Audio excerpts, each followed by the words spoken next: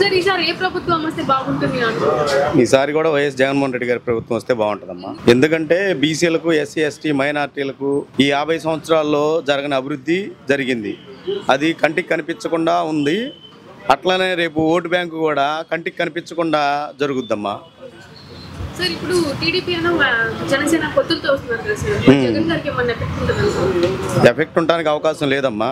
ఎందుకంటే SC, ST, minority, బీసీలకు సంక్షేమ పథకాలు నాయకులతో సంబంధం లేకుండా ఊళ్ళో కార్యకర్త, సర్పంచ్ కానీ, ఎంపీటీసీ కానీ ఉండేది. టీడీపీ గవర్నమెంట్ అప్పుడు జన్మభూమి కమిటీలు పెట్టి కనీసం మరుగుదొడ్లకు కూడా బిల్లులు రాకుండా చేశారు.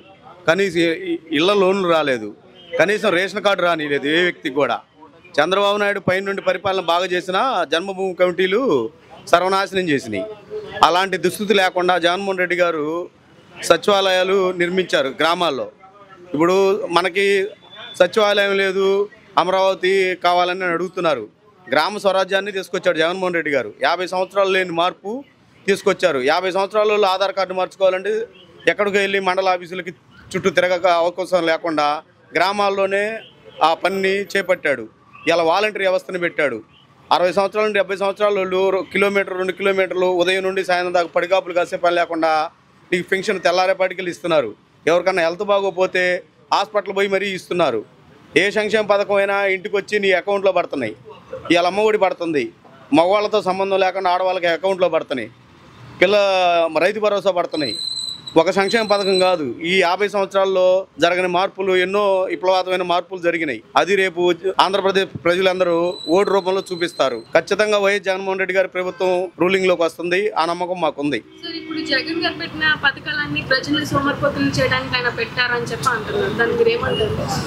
జగన్ సోమరిపోతులు చేయడానికి కాదమ్మా, జనం డెవలప్ అయ్యారు. బీసీలు, ఎస్సీ, ఎస్టీ, మైనార్టీలు మేము పల్లెటూరులో ఉన్నాం. నాకు దాదాపు 43 సంవత్సరాలు. నాకు 15 సంవత్సరాలు బట్టి నువ్వు పనికి పోతేనే బతకాల్సినంత ఆవశ్యకత ఉండేది. ఇంట్లో నలుగురు ఉన్నారంటే 2 పిల్లలు, భార్యాభర్త పనిచేస్తేనే ఆ కుటుంబం జరిగేది. ఆ ఇచ్చే 50 రూపాయల కూలికి 200 రూపాయలు వస్తే 250 రూపాయలు ఖర్చు ఉండేది. ఇవాళ పిల్లల్ని పంపించాలంటే స్కూలు ఫ్రీగా ఇచ్చారు. బ్యాగులు, బూట్లు, భోజనం అన్నీ ఫ్రీగా ఇచ్చి తల్లిదండ్రులు 2 పనికి వెళ్ళినా కూడా సంక్షేమ పథకాలు ఒక 10,000 నుండి 50,000 రూపాయలు ఒక కుటుంబానికి లబ్ధి చేరుకుంటున్నాయి. ఒక కుటుంబం 50,000 రూపాయలు సంపాదించాలంటే 1 సంవత్సరం పాటు కష్టపడ్డా కూడా ఆ 50,000 రూపాయలు సంపాదించే పరిస్థితి లేదు.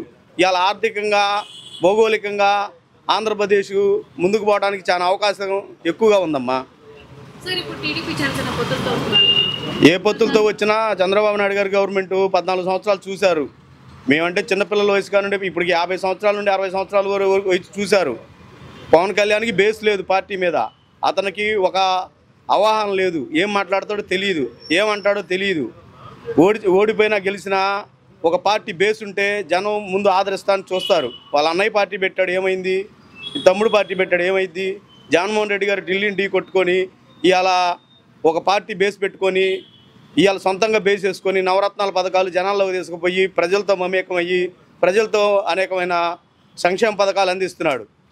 ఈ అభివృద్ధి మాకు కనీ విని ఎరగమమ్మా. ఇలాంటి సీఎం మళ్ళీ రావాలి, జగన్మోహన్ రెడ్డి గారు మళ్ళీ 20 సంవత్సరాల పాటు ఎట్నే సీఎంగా ఉండాలని మేము కోరుకుంటున్నాం. అంటానికి ఏముందమ్మా, అంటారు. ఇప్పుడు ఏ చెట్టుకైతే కాయలు కాస్తాయో ఆ చెట్టుకే రాళ్ళు వేస్తారు. దాని అన్నిటికీ ఓర్చుకొని పరిపాలన ముందుకు తీసుకుపోయే వాళ్ళే మహానాయకుడు.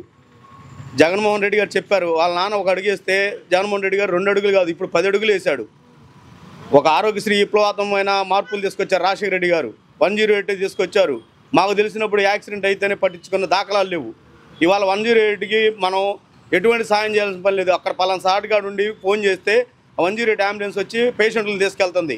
ఇలాంటి అద్భుతమైన మార్పులు తెచ్చారు జగన్మోహన్ రెడ్డి గారు.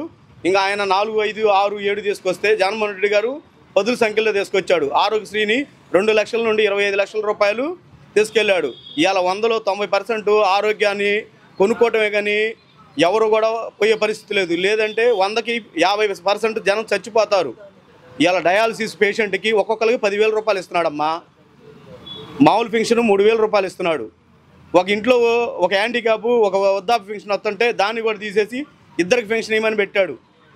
ఒక ముసలోళ్ళు 2 ఉంటే ఏదన్నా అనారోగ్యంతో పాడైతే వాళ్ళకి పెన్షన్ ఇస్తున్నారు.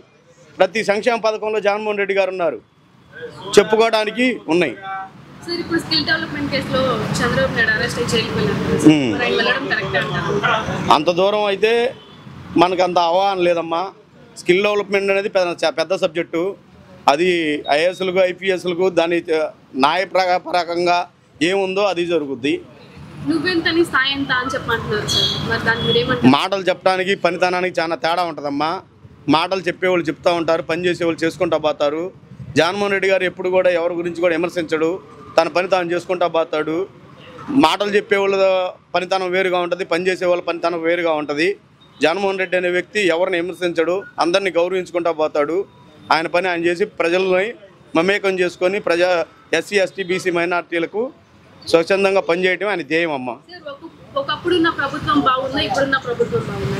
ఒకప్పుడు ప్రభుత్వం ఇప్పుడు డెవలప్ అయిందమ్మా, ఆర్థికంగా సామాజికంగా అందరు చదువుకుంటున్నారు, నిరుద్యోగ సమస్య లేదు, అందరికీ తెలుసు. అంతకుముందు ప్రభుత్వాలు వేరు, ఇప్పుడు జరిగే ప్రభుత్వాలు వేరు. అప్పుడు ₹2 కోటా బియ్యం ఇస్తేనే జనాల్ని ఆదుకున్నట్టు, ఇలాంటి అట్లా కాకుండా పదుల సంఖ్యలో జనాన్ని సంక్షేమ పథకాలు అందించి ఇవాళ ఆర్థికంగా ఏం కావాలి, ప్రతి మనిషికి కావాలంటే డబ్బు కావాలి బతకడానికి, ఆ డబ్బు అనేది అందిస్తున్నారు. అది ఇసుక రేట్లు పెంచేశాడు, మద్యం ధరలు పెంచేశాడు, రోడ్లు సరిగ్గా వేయట్లేదు, వాడుకునే ప్రతి వస్తువుని ఆయన ధరలు పెంచేశారని చెప్పారు. సహజంగా ఇవాళ రూపాయి వస్తువు ఉంది, రేపు ₹2 అయింది. మన ప్రతి సంవత్సరం డెవలప్మెంట్ బట్టి అది మార్కెట్ రేట్ని బట్టి పెరుగుతూ ఉంటుంది, తగ్గుతూ ఉంటుందమ్మా. అది ఒక సంవత్సరం పెరగొచ్చు, తగ్గొచ్చు, పెరుగుతూ ఉంటుంది. అది ఎవరి చేతుల్లో ఉండదు. కేంద్ర ప్రభుత్వాలు పెట్రోల్ ధరలు నిర్ణయిస్తాయి, దాన్ని బట్టి అవకాశాలను బట్టి జరుగుతూ ఉంటాయమ్మా. ఇప్పుడు జగన్ యొక్క ప్రభుత్వం రావడం మీద స్త్రీల మీద అత్యాచారాలు ఎక్కువ చెప్పండి, మీరు ఏమంటారు? అత్యాచారాలంటే ఇప్పుడు ఎవరో చేయమని చెప్పి ఎవరో ఇది చేయమని చెప్పరమ్మా. సహజంగా జరిగే వాతావరణాలను బట్టి, అక్కడ పరిస్థితులను బట్టి, అక్కడ అంశాలను బట్టి జరుగుతూ ఉంటాయి. అది ఇప్పుడు ఎవరు గవర్నమెంట్ ఉన్నా ఎవరు ప్రోత్సహించరు. ఇప్పుడు చంద్రబాబు నాయుడు గవర్నమెంట్ ఉన్నప్పుడు అనేకమైన అత్యాచారాలు జరుగుతూ ఉంటాయి, జగన్మోహన్ రెడ్డి గారు ఉన్నప్పుడు అత్యాచారాలు జరుగుతుంటాయి. తెలంగాణలో అత్యాచారం ఏ జరిగినా కూడా ఆ నాయకుడికి ఏం సంబంధం ఉండదమ్మా. అది పొలిటికల్గా అంటమే తప్పితే ఏ నాయకుడికి ఎటువంటి సంబంధం ఉండదు.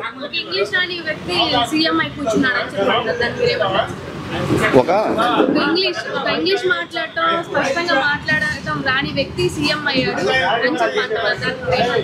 అందుకే కదమ్మా మన రాజ్యాంగ చట్టంలోనే చదువుకను నాలెడ్జికి సంబంధం లేకుండా ఎమ్మెల్యేలుగా ఎంపీలుగా రాయాలని రాజ్యాంగ చట్టంలోనే ఉంది.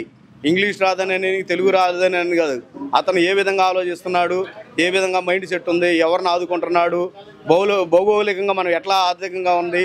చదువు వచ్చినోడు అన్ని పనులు చేయలేడు, చదువు రానివాడు అన్ని పనులు చేయలేడు. సామెతే ఉందమ్మా, చదువుకున్నోడి మీద చాకలోడి మేలని. ఎవరు తెలివితేటలు వాళ్ళకు ఉంటాయి, ఎవరు ఆలోచన వాళ్ళకు ఉంటుంది, ఎవరి పద్ధతులను బట్టి వాళ్ళు చేసుకుంటా పోతారు. ఇవన్నీ రాజకీయ విమర్శలు తప్పితే వేరేది కాదమ్మా. నమ్ముతున్నామండి, నమ్ముతున్నాం. నేనైతే వైఎస్ జగన్మోహన్ రెడ్డికి వేస్తానమ్మా.